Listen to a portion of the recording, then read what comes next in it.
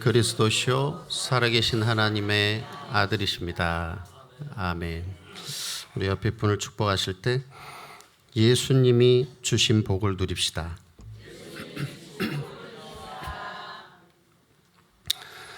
오늘 이 시간에는 예수님이 주신 참된 복 네 번째 시간입니다.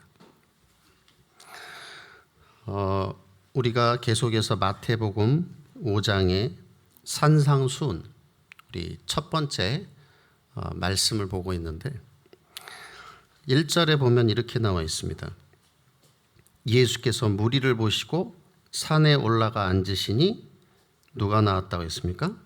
제자들이 나온지라 그랬습니다. 그래서 제자와 무리는 다릅니다. 우리에게 지금 계속해서 주시고 있는 이 산상수훈 팔복의 말씀은 제자들에게 주신 말씀이라는 거죠. 무리는 사실 들을 수가 없습니다. 예수님이 이제 공생의 기간에 길을 하루는 가시는데 한 소경이 예수님을 막 부르는 거예요. 뭐라고 부르냐면 다윗의 자손 예수여 나를 불쌍히 여기소서. 그러니까 옆에 있는 사람들이 뭐라고 했냐면 것 좀 조용히 하시오. 뭘 그렇게 시끄럽게 예수님 지나가시는데. 그러니까 이 소경 바디메오가 더 큰 소리로 다윗의 자손 예수여 나를 좀 불쌍히 여겨주십시오. 그랬더니 예수님이 가까이 데리고 와라.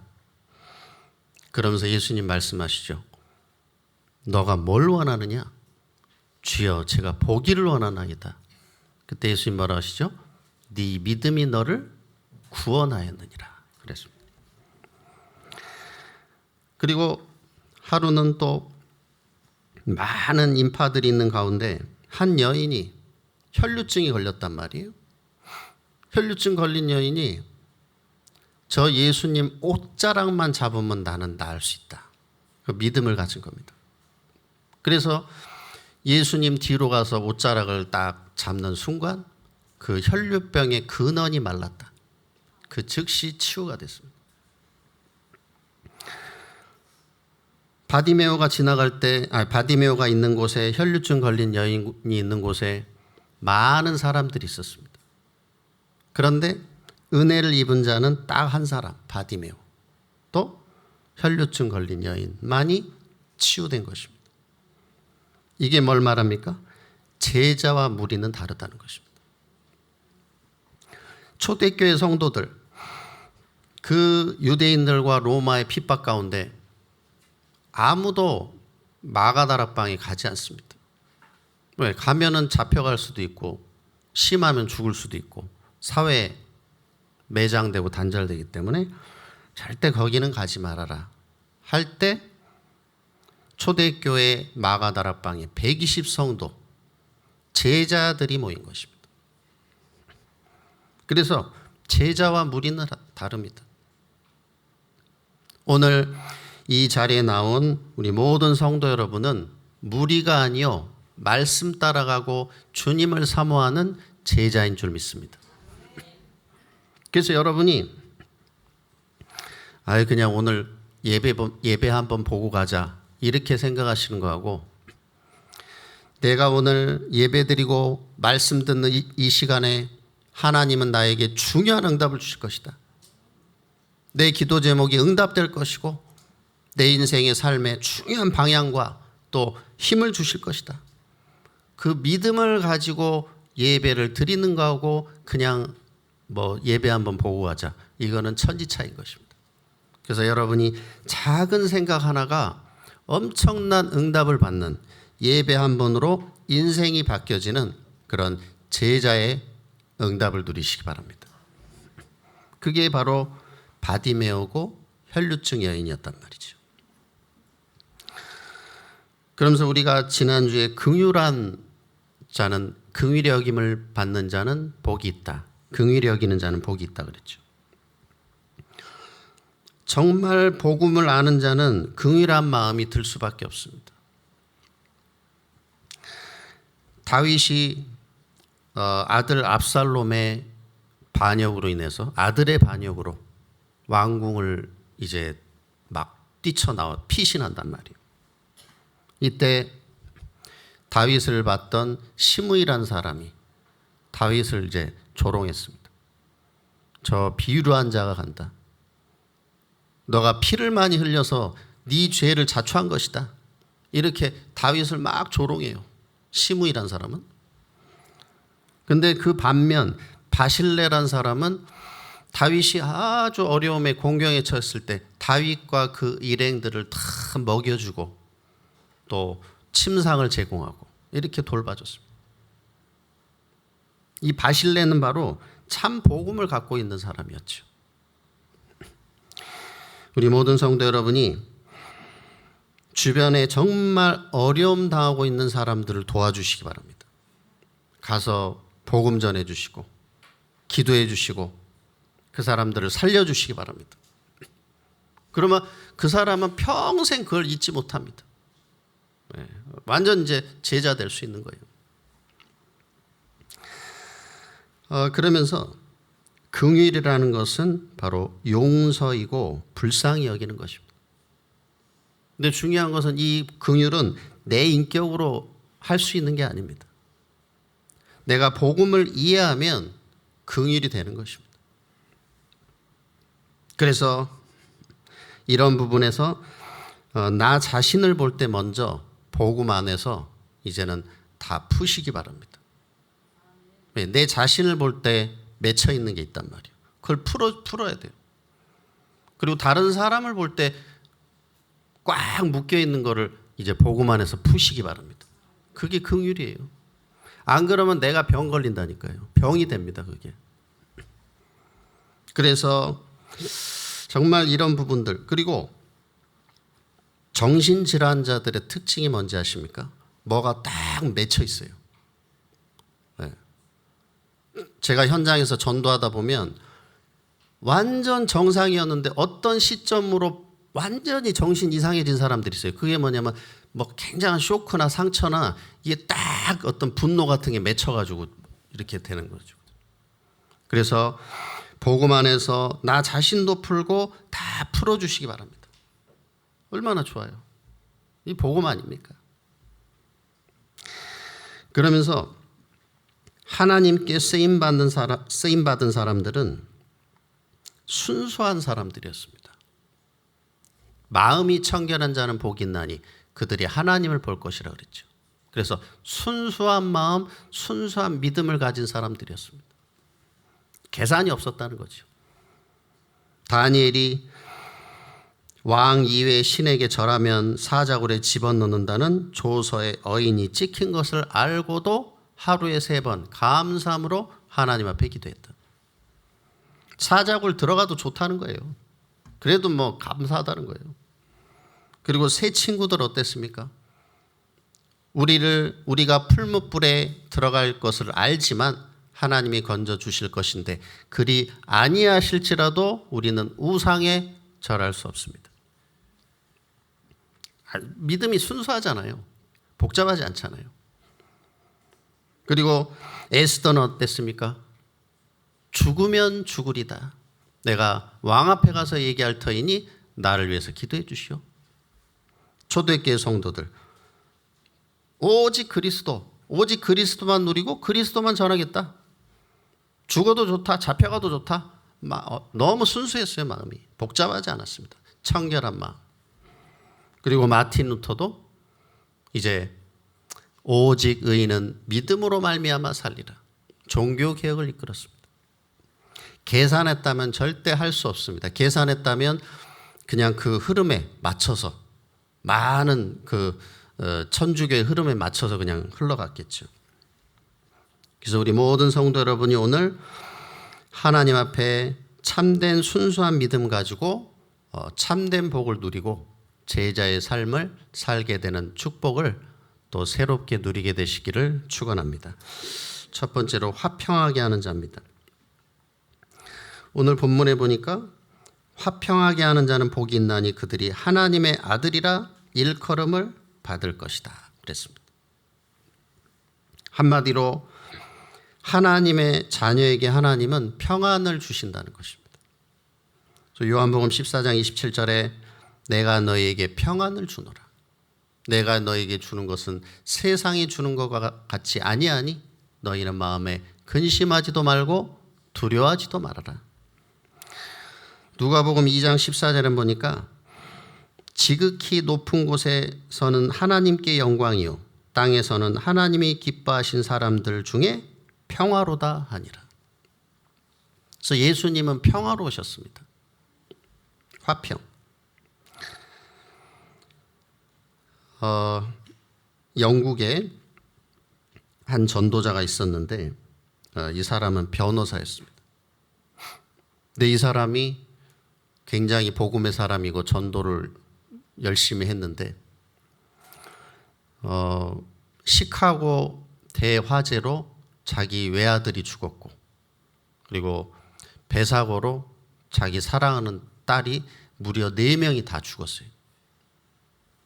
그래서 얼마나 슬픕니까? 자식 1명만 잃어도 얼마나 슬플 텐데 자식이 5명을 다 잃었단 말이에요. 그래서 이제 자기 아내가 있는 그 배 사고 현장으로 배를 타고 가면서 하나님 왜 나에게 이런 일을 주십니까? 내가 얼마나 하나님 잘 섬기고 전도했는데 왜 나에게 이런 일을 주시나요? 이때 이 사람에게 큰 평안이 임하면서 그때 주신 찬송이 413장 내 평생 가는 길 순탄하여 내 영혼 평안해 내 영혼 평안해. 그래서 하나님은 이 사람이 이제 스패포드라는 사람인데 이 스패포드가 아주 전도운동이 귀하게 쓰임받도록 이 미국의 전도자 무디를 돕는 아주 중직자로 귀하게 쓰임받게 하신 거죠. 한 번은 한 스님이 이제 길을 가다가 어떤 아이를 봤는데 관상을 보고 이 스님이 너는 반드시 일찍 죽을 것이다. 그러니까 얘가 어때요? 예? 얘가 어때요? 늘 불안하겠죠. 내가 언제 죽을지 몰라 나는 막 벌벌벌벌 떨고 막. 근데 목사님은 뭐라고 했냐면 넌 절대 안 죽어. 걱정하지 마. 예수 믿으면 너 절대 안 죽어. 예수만 믿으면 돼. 예수 이름만 부르면 돼. 근데 죽었을까요? 안 죽었을까요? 절대 안 죽었죠. 물론 이제 뭐 늙어서 죽었겠지만 일찍 요절하지 않았죠. 여러분이 예수 믿으면 운명이 바뀌는 걸 아시기 바랍니다. 모든 흑암과 재앙과 저주 가운데서 완전히 해방되는 것입니다. 그게 예수 이름이에요. 예수 이름이 무슨 뭐 액세서리가 아닙니다. 그래서 여러분이 예수 이름 부르는 순간 모든 흑암은 꺾이고 모든 저주 재앙에서 빠져나오고 그리고 여러분이 영원한 하나님의 자녀가 되는 것을 아시기 바랍니다. 하나님 자녀가 보통 이름이 아니잖아요. 그런데 중요한 건 뭡니까? 이 세상은 사탄은 자꾸만 불안을 갖다 줘요. 그래서 절대로 여기에 속지 마시기 바랍니다.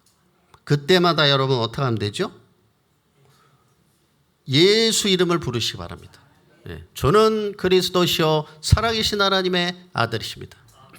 경제 문제 올 때도 주는 그리스도시요 건강 문제에서도 주는 그리스도시요 사업 문제 앞에서도 주는 그리스도시요 예수 이름을 부르시기 바랍니다. 그러면서 이 화평하게 하는 자를 영어 성경에는 뭐라고 나와 있냐면 피스메이커라고 나와 있습니다. 그러니까 평화를 만드는 사람, 피스메이커. 그래서 우리 모든 성도 여러분이 이 예수 그리스도 복음을 가지고 하나님과 인간 사이를 화목하게 하시고 교회 성도 간에 화목하게 하시고 또 사회생활하는데 사람 간에 화평케 하는 자 되시기 바랍니다. 그렇게 하려면 어떻게 하면 되죠? 내가 복음에 영향을 미치면 되죠. 또 복음을 전해주면 되는 것입니다. 그래서 성경에 보니까 요셉 한 사람 때문에 보디발 집이 전부 살아났습니다. 보디발 집의 밭의 채소까지 복을 받아버렸어요. 다른 건 말할 필요도 없잖아요. 그리고 다니엘이라는 사람 때문에 어떻게 됐습니까? 온 바벨론 전부 다 하나님을 보게 됐어요. 야, 하나님 살아계시는구나. 저 바벨론이 사자굴에 들어갔는데 야, 어떻게 저 살아 나올 수가 있냐. 하나님은 살아계시는구나. 이게 확 나타났단 말이에요. 한 사람 때문에 다 살아났습니다. 마찬가지로 사무엘 한 사람 때문에 이제 이스라엘 백성들 전체가 살아나고, 사무엘이 사는 동안에 이스라엘에 뭐가 없었다고요? 전쟁이 없었더라. 이제 복음 가진 여러분 한 사람 때문에 여러분의 가정과 가문이 복을 받게 될 줄 믿습니다. 네. 여러분의 정말 이 사업장이 복을 받게 될 줄 믿습니다. 여러분의 회사가, 학교가 살아날 줄 믿습니다. 그래서 여러분을 하나님이 베드로전서 2장 9절에 이 그리스도의 빛을 선전하는 자로 부르셨다 그랬습니다. 그러면 화평하게 하는 자는 복이 있나니 하나님의 아들이라 일컬음을 받게 된다 그랬죠. 그럼 어떤 일이 벌어집니까? 야, 저 사람 보니까 진짜 예수 믿는 사람이네. 가짜 아니네. 야, 저 사람 보니까 진짜 하나님 살아계시네. 나도 이제 좀 예수님 한번 믿어봐야 되겠다. 나도 예수 한번 믿어봐야 되겠다. 이런 역사가 여러분 통해서 일어나게 되시기 바랍니다. 그래서 이걸 언약으로 굳게 붙잡으시기 바랍니다. 내가 정말 복음으로 화평케 해서 다 살리는 자 되게 하여 주시옵소서. 나 한 사람 때문에 다 살아나는 자 되도록 이걸 언약으로 여러분이 굳게 붙잡으시기를 바랍니다. 우리 두 번째로 의를 위하여 박해받는 자입니다.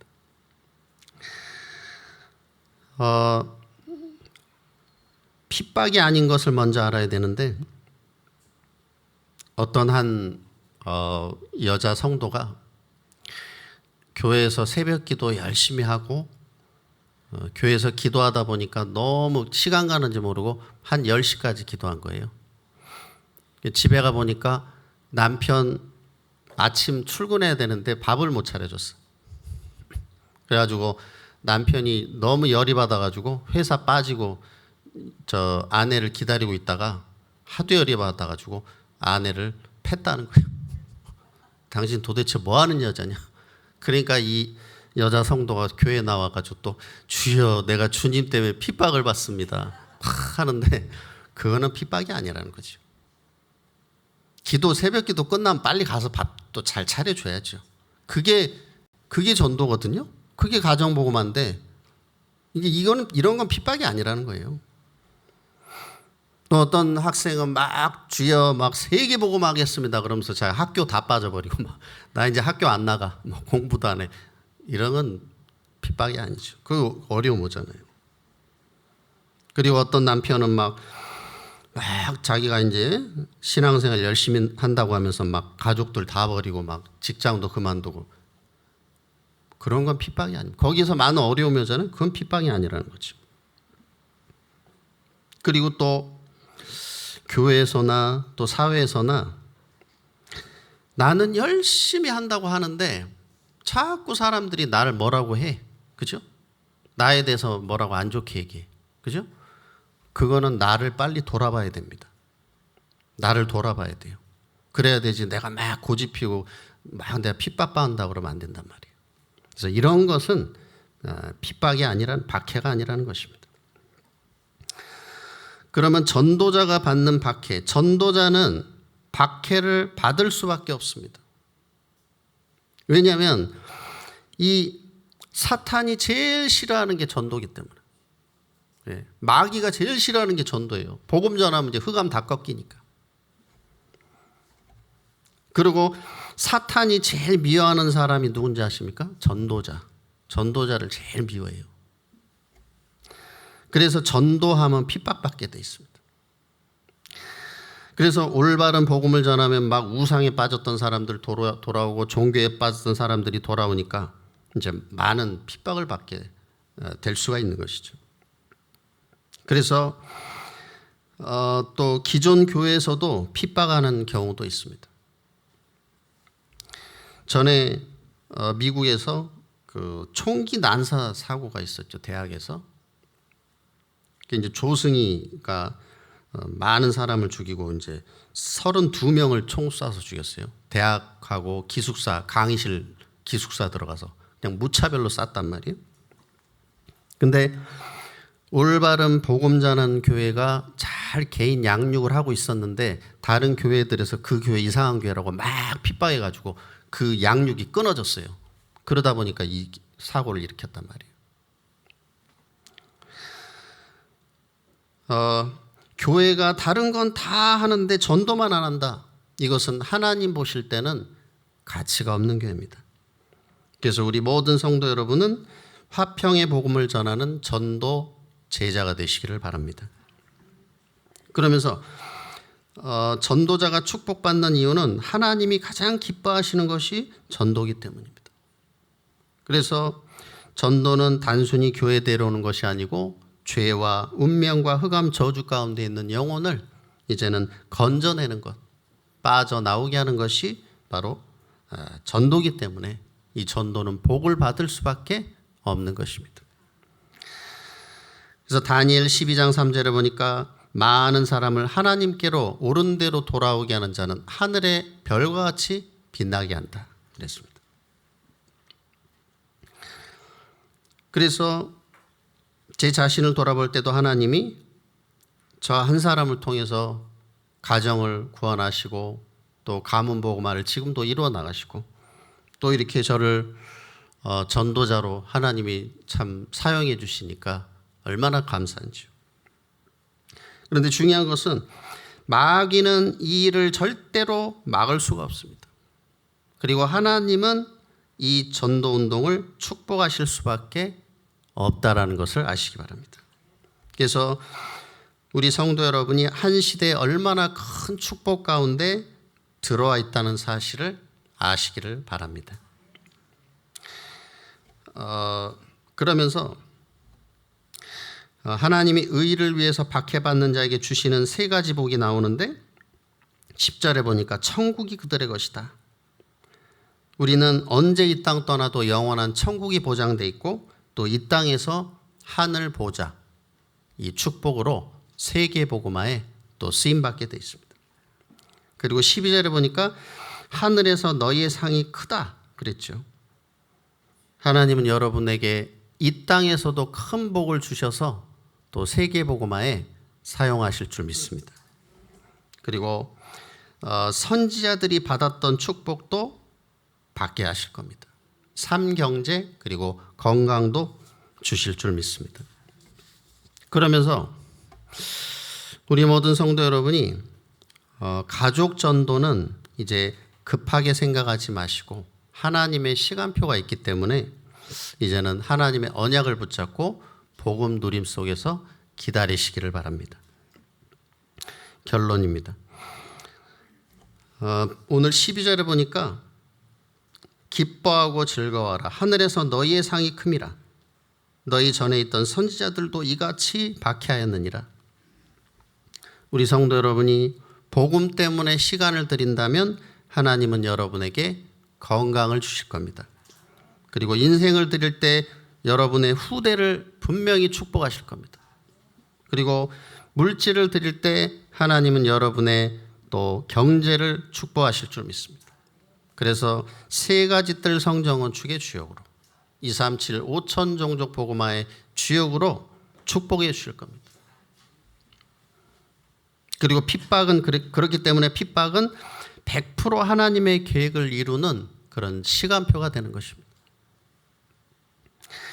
이제 우리 인생은 짧습니다. 우리의 인생은 소중합니다. 그런데 우리가 쓸데없는데 시간을 허비할 시간이 없어요. 우리 인생은 너무나 빠릅니다. 짧습니다. 내가 지금 어디에 관심을 갖고 있습니까? 무슨 생각을 하고 있습니까? 그것이 쌓여서 나를 만들어가게 됩니다. 믿음대로 되기 때문에. 그래서 의미 없는데 시간을 소비하고 이제 시간을 정말 헛된 것을 쫓는 분이 단 한 분도 없으시기를 바랍니다.